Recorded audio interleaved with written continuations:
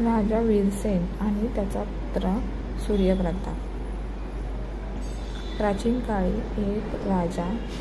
एका राज्यावर वीरसेन नावाचा पराक्रमी व न्यायप्रिय राजा राज्य करीत होता. परंतु राजा व राणीला एकच दुःख सतावत होतं. त्यांना अपत्य नव्हतं. राजा एकदा देवळात जात असे, यज्ञ याग करत असे, पण काहीही फलित होत नव्हतं. राजा आणि राणी खूप चिंतित होते. एक दिवस जंगलात फिरताना राजाला एक वृद्ध ऋषी दिसले. राजा त्यांना बोलले व राजाची अडचण ऋषीमुनींना सांगितली.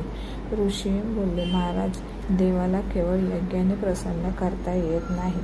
खरे कर्म आणि प्रजेसाठी केलेला त्याग यालाच देव मान देतो. राजा खूप प्रामाणिकपणे प्रजेची काळजी घेऊ लागला. काही दिवसांनी गावात खूप मोठा दुष्काळ पडला. नद्या आटल्या, शेतं उजाडली, प्रजेवरती उपासमारी ओढवली. दरबारातील मंत्री, खजिन्यातील अन्नधान्य व राजघराण्यासाठी राखा, नाहीतर आपणावर उपासमारीची वेळ येईल. पण राजाने ठामपणे आदेश दिला, माझं कुटुंब म्हणजे ही माझी संपूर्ण प्रजा आहे. खजिना जर रिकामा झाला तरी चालेल, पण माझ्या प्रजेतील कुणीही उपाशी राहणार नाही. राजा व राणी स्वतः अल्प आहारावर राहून दिवसेंदिवस लोकांना अन्न देत राहिले. त्या रात्री राजाला स्वप्नात दिव्य प्रकाश झाला.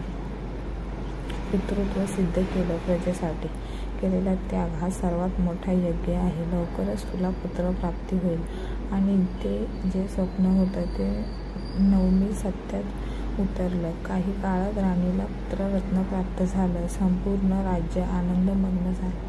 राजकुमाराचं नाव ठेवलं गेलं सूर्यप्रताप. राजकुमार जसं वाढला तसं त्याच्या डोळ्यात तेज, हृदयात करुणा आणि अंगात पराक्रमी दिसू लागला. त्याचे शरीर यष्टी, रुबाबदार आणि देखणा तरुण असा होता. शेजारच्या राज्याचा क्रूर राजा आक्रमक करून आला. युद्ध परिहार झाला, पण सूर्यप्रताप केवळ तलवारीवर विसंबला नाही. त्याने शत्रू सैनिकांशी संवाद साधला. राजाच्या अत्याचाराला कंटाळलेले होते. सूर्यप्रतापाच्या धैर्य आणि शहाणपणामुळे शत्रू राजाला शरण यावं लागलं. रक्तपात न करता युद्ध संपलं. धन्यवाद. कथा आवडली असेल तर चॅनलला लाईक आणि सबस्क्राईब नक्की करा.